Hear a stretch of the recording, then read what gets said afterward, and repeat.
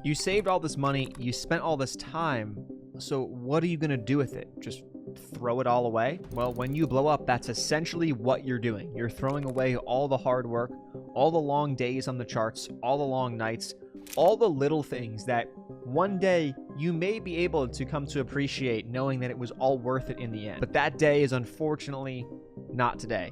You just blew your account, and now you got to pay the price. Now, we've all done it at some point. I know for me, there were some small blowups early on when I had saved a couple dollars here and there, a couple $100 on my first account, a couple $1,000 of my own savings account back when I was in college, and I blew it all away. But then I had a truly slow bleed where I built an account in college from less than $300 to over $55,000, and then proceeded to lose nearly $50,000 over the next 2 years. Talk about a slow bleed out.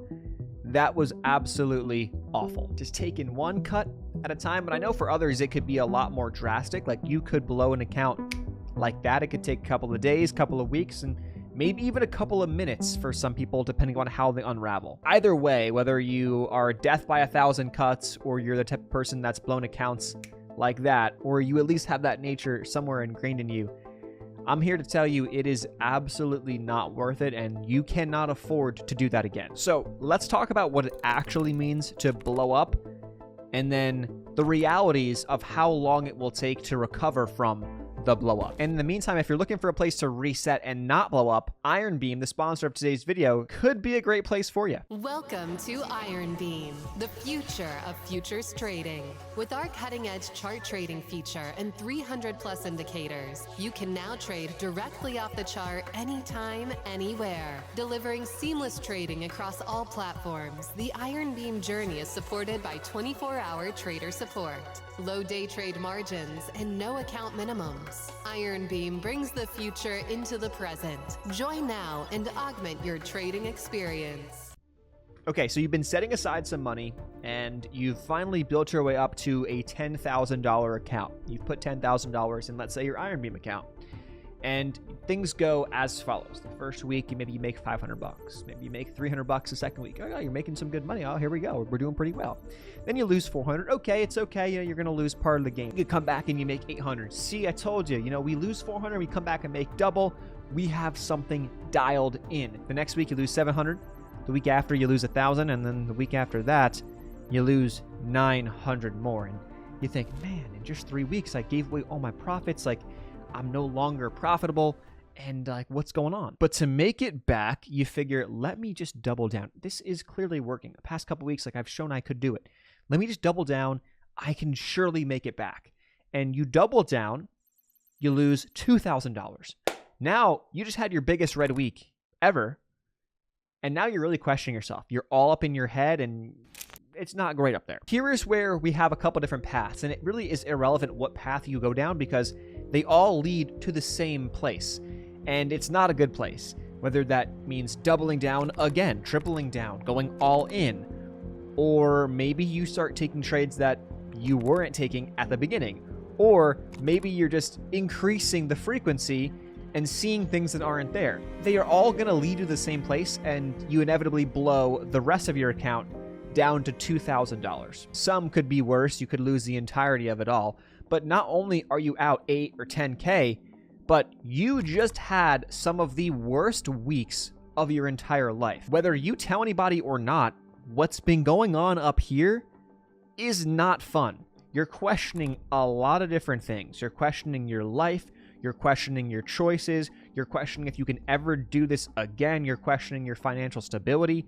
You're questioning what you're going to do ultimately for the rest of your life because you saw this as an outlet to getting the things that you really want. And for a percentage, like, the reality here is, like, it doesn't end well. Like, it's even worse than just losing some money. You could lose a lot more than just some money. And that's the reality of what happens. It's an expensive lesson. We will not forget it.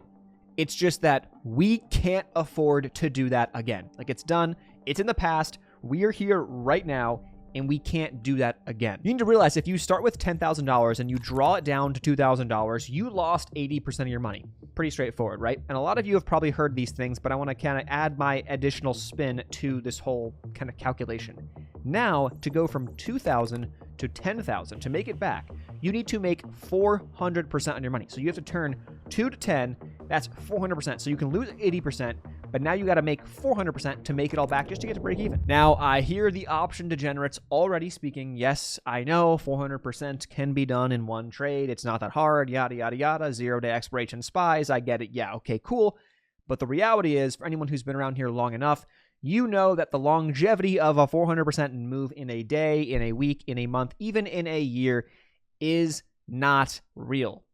Like, it's just not real. Yes, you can do it on an individual trade, but on your entire account, consistently, not going to happen, especially in a relatively short time frame. If you want to bring this out over the course of like a decade, yeah, absolutely. But if you want to do this in a short period of time, like you lost $8,000 in a couple of weeks to make it back in a couple of weeks, like, no, it's just like you're asking for trouble, and it's just not going to happen because you have to leverage, you're leveraging less money to try to make all this money back, but you can't. Like, percentage wise, you're going to take on so much more risk, and the chance of you just losing it all is just so much higher. Let's quantify this a bit more. $2,000 with a 10% annual return, the average return on the S&P 500, okay, for the past like 100 years, that would put you at $3,220 in 5 years. So you would lose 8, and then in a couple of weeks, and then in 5 years, you would only make back a little over $1,200 of the 8 that you lost if you were to put your money in a 10% return or achieve a 10% return. I say put your money in the S&P. I was going to say put your money in the S&P, but we know the reality S&P, it does not return. Like, you could put your money in the S&P right now after we've done very, very well, and you could be asking for trouble where we may not get an average of 10% over the next couple of years. We might get less, or probabilities suggest we would get less, but you never know. We could get more. You know, you never know. So there's no like guarantee. Now that's assuming you did not add any money over the course of time. Obviously, if you're working a job, have some income, you could supplement your account so you can trade it back, you know, conservatively get 10% and then supplement and get your way back up there faster. Certainly a possibility. But did you know that over 90% of people who try to beat the average S&P return, so try to beat 10%, over 90% of those people are not successful. So over 90% of people who try to go after 12, 15, 20, 30, 40, 50%, 100%, 500%, they could do it like on a given year or a given span of time window. Like, they could do it, but consistently doing it, whole other story, and most can't. So what percentage return would you need to achieve per year on average to get back that $8,000 you lost, starting at 10, going to 2? Well, you would need to return approximately 38% per year for 5 years straight to get back to your $10,000 initial starting balance. 38%. Now, to some traders, this number seems somewhat realistic, but if you have not been in the game for more than a couple of years, your time horizon and your sample size is still pretty small from like the grand scheme of a lot of like people who've been in the game a long time. Much longer than I have for 5-6 years now. Much longer than that. But you realize that when you go from that 10+% and you achieve market beating returns on average, the percentage of people gets smaller and smaller and smaller. So, well, like less than 10% can consistently beat the S&P 10% return.